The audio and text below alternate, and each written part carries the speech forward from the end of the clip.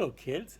This is Poppi, here to read from the Berenstain Bear book, and this is going to be the golden rule.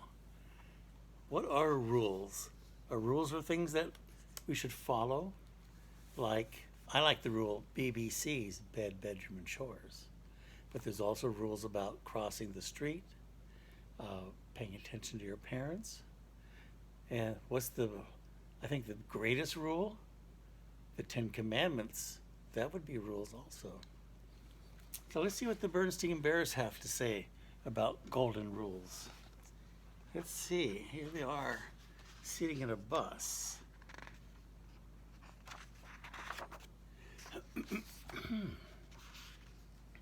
When Sister Bear received a beautiful golden locket, it says sister, for her birthday, she was surprised and pleased. It was shaped like a heart, and it had her name on it.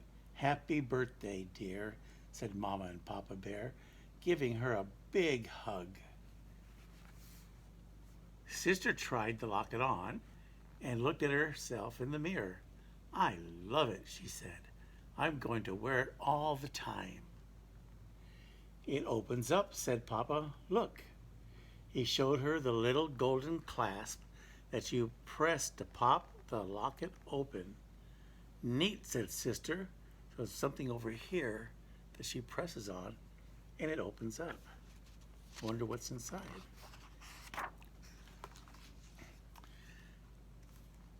She looked inside, expecting to find a little picture or a mirror or something, but all that she could see inside the locket were a few simple words. "Do to others what you would have them do to you." And the other words are in here, see? Sister was puzzled. The words seemed familiar, but she wasn't sure why. "What's this?" she asked. "It's the golden rule," explained Mama. "What's that?" Sister wondered. Oh, here's on the wall. "Do to others what you would have them do to you." That's where Sister has seen it before. Mama's eyes widened. "The golden rule is one of the most important rules there is," explained. "That's why we have always had it hanging up on the wall of our living room." She pointed to the framed sampler above her mantelpiece. Sister gazed at it in amazement. She had seen that sampler every day of her life. No wonder the words seemed familiar. "Oh," she said, a little embarrassed. "I never really thought about it before. What does it mean?"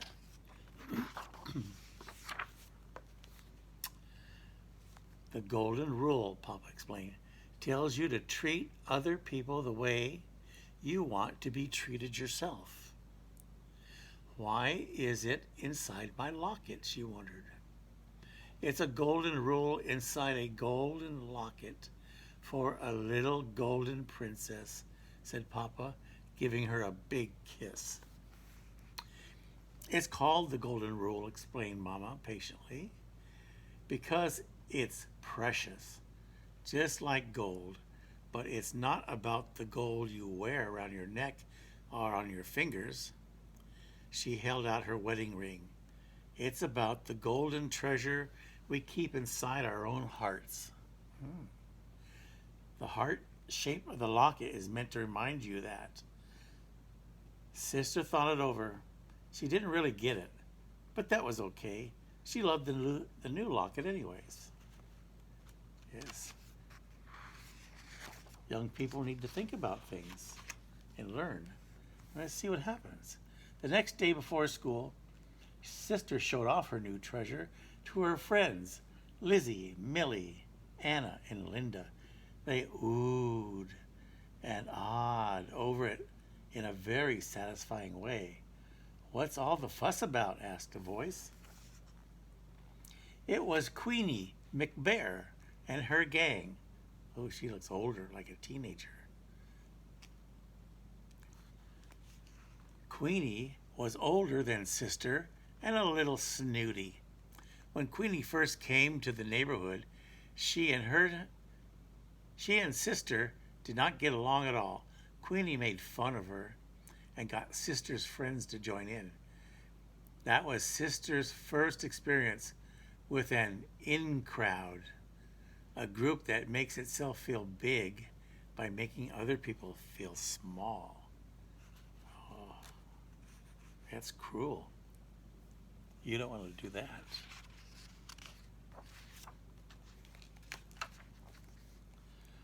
Oh, hi, Queenie, said Sister. I was just showing the kids my new locket.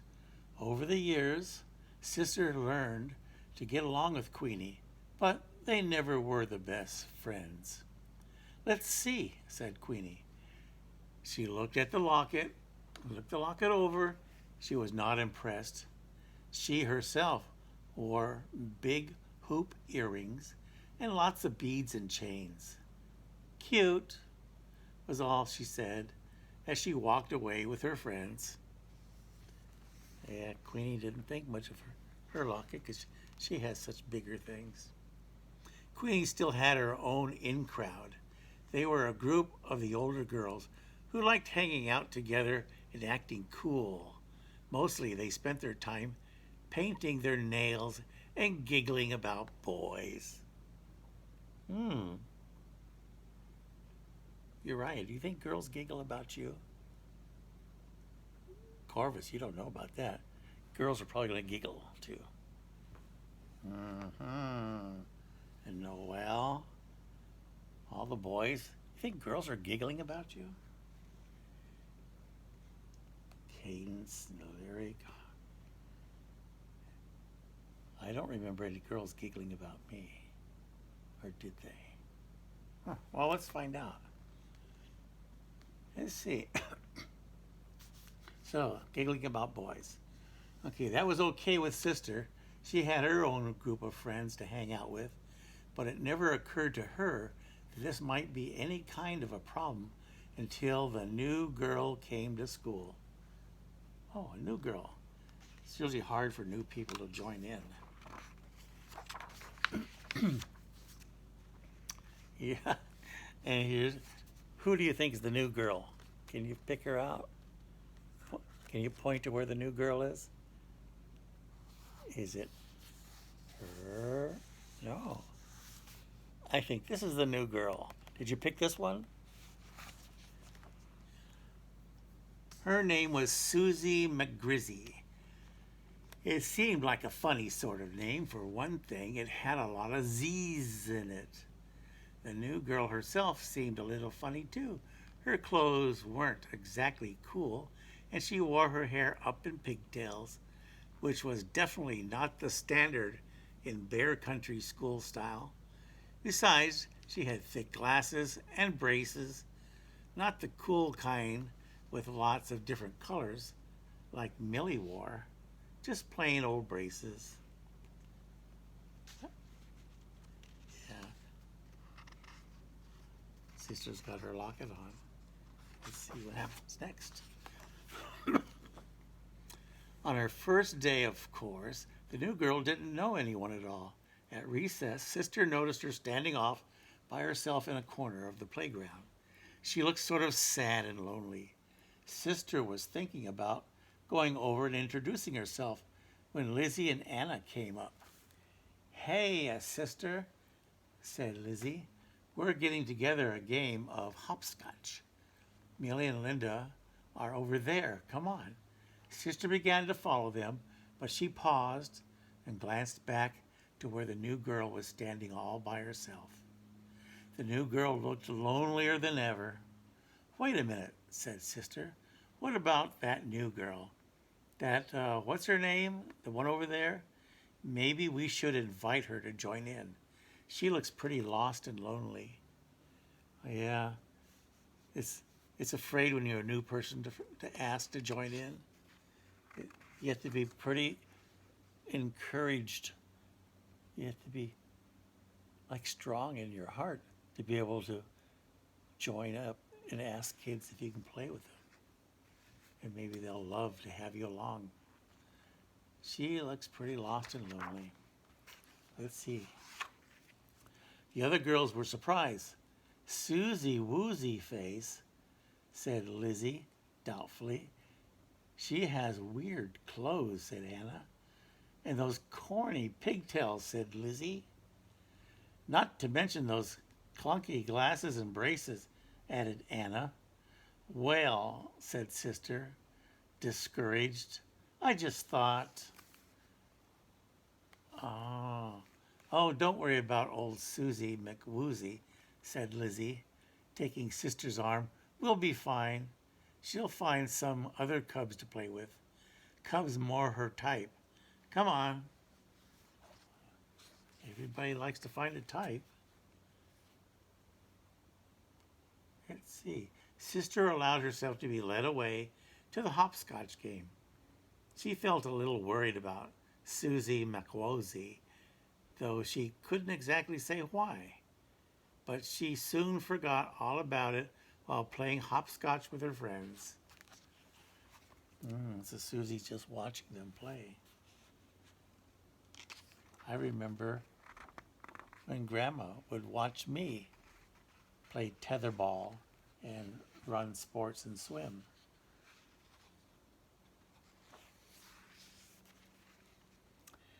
Later, when school let out, Sister got in line for her school bus. She noticed that the new girl was standing right in front of her. She was going to say hi, but then Lizzie came up behind her and they started to talk. They went on talking as they got on the bus. Susie McGrizzy sat right behind them. Sister and Lizzie went right on talking together.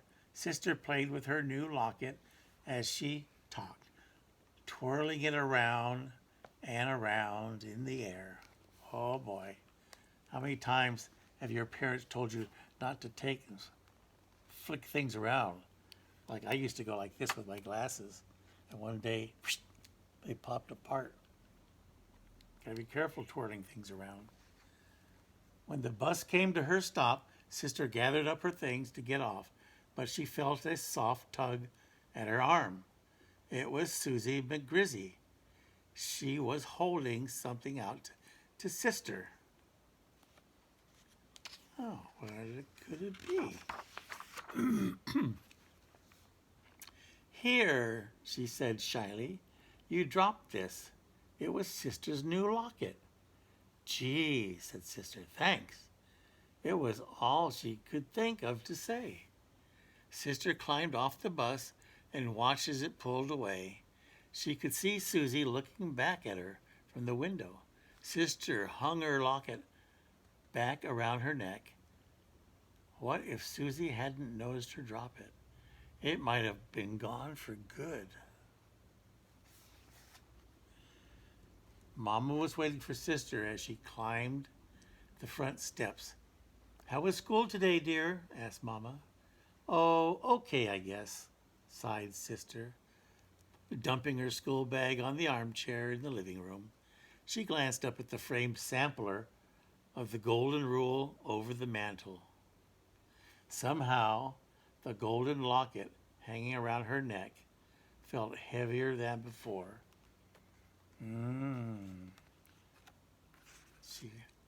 She's thinking about something, about the words. There we go. Let's see, get this page turned here. There we go. Let's see what's happening now. That evening at dinner, Sister was unusually thoughtful. She picked at her lima beans and stared off into space. A penny for your thoughts, said Papa, as he fed Honey Bear. Said Sister, looking up. Oh, I was just thinking about that golden rule inside my locket, she explained. I don't really get it. What's it supposed to mean? Well, began Mama, let me give you an example. Do you remember that trouble you had when Queenie first moved to town? Sister perked up and paid attention. She remembered it all too well. Let's see what happened. Do you remember how Queenie started an in crowd but kept you out and made fun of your clothes and hair bow. Yeah, see, Queenie's wearing a band around her head, and sister had a bow in her hair, and she's making fun of her the way she dresses. Do you remember how badly you felt? Boy, did she ever. Sister started to feel hurt just thinking about it. Her lower lip began to quiver, and a tear came to her eye. All the golden rule is saying, Papa continued, is that you shouldn't turn around and do the same sort of thing to someone else. He paused to scrape some mashed potatoes off Honey's chin. You should always treat other people the way you would like to be treated yourself. Yes, kids. How do you treat your brothers and sisters?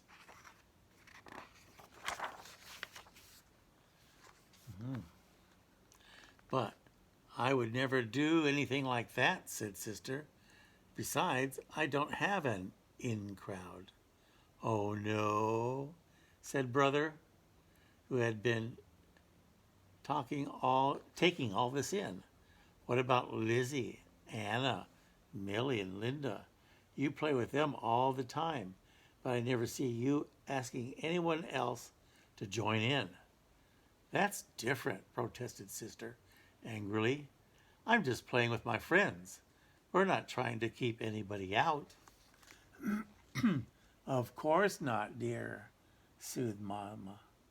I'm sure you and your friends would never dream of keeping other cubs out of your group. Sister Bear grew very quiet. Now that she thought it over, she wasn't quite so sure. Not so sure at all. Now that she's thinking about it, she's here. She's thinking about her leaving out somebody not to join in. The next day at recess, as soon as Sister came outside, she looked around the playground for Susie McGrizzy. She soon spotted her, sitting off by herself under the big oak tree at the edge of the schoolyard and reading a book. Can you find her? Do you see where she's at? Who can find her first? Point to it real quick. Find it. Who's first? Who did it? Who found her? Did you? Right there, under the tree.